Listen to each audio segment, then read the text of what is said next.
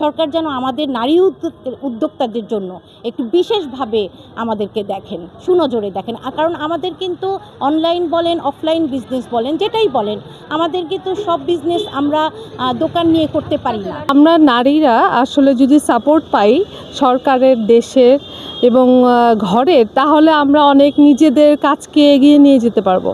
যেখানে আমাদের বিশেষ্য থাকবে, বাট বিশেষণে যেন কোনো পার্থক্য না থাকে। বিশেষ্যটা কীরকম, নারী পুরুষ এই নামটা শুধু থাকবে, বাট কাজের ক্ষেত্রে যেন কোনো বৈষম্য না থাকে, এটাই আমরা চাইবো। আপনি পুরুষ, আমি নারী, আমরা দুইজনে আল্লাহর তৈরি, তো আমরা চাবো যে আমাদের কাজগুলো যেন সেরকমভাবেই হয়, কোনো ভেদাভেদ না থাকে। এই সরকারের কাছে আমাদের এই চাহিদাই থাকবে, এই আশাই থাকবে যে আমাদের বৈষম্যটা কাজের ক্ষেত্রে করবেন না।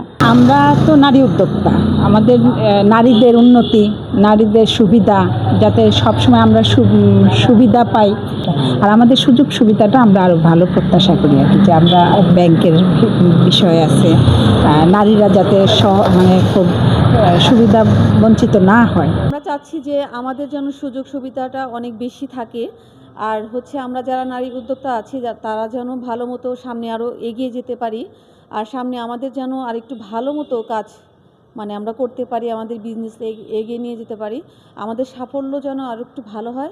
বাংলার আনাচে কানাচে আমাদের অনেক মহিলা উদ্যোক্তারা আছেন, যে আমি চাচ্ছি যে তাদের দিকে দৃষ্টি রাখবেন, অবশ্যই রাখবেন। আমার চাচ্ছি যে মহিলার জন্য পিছিয়ে না থাকে।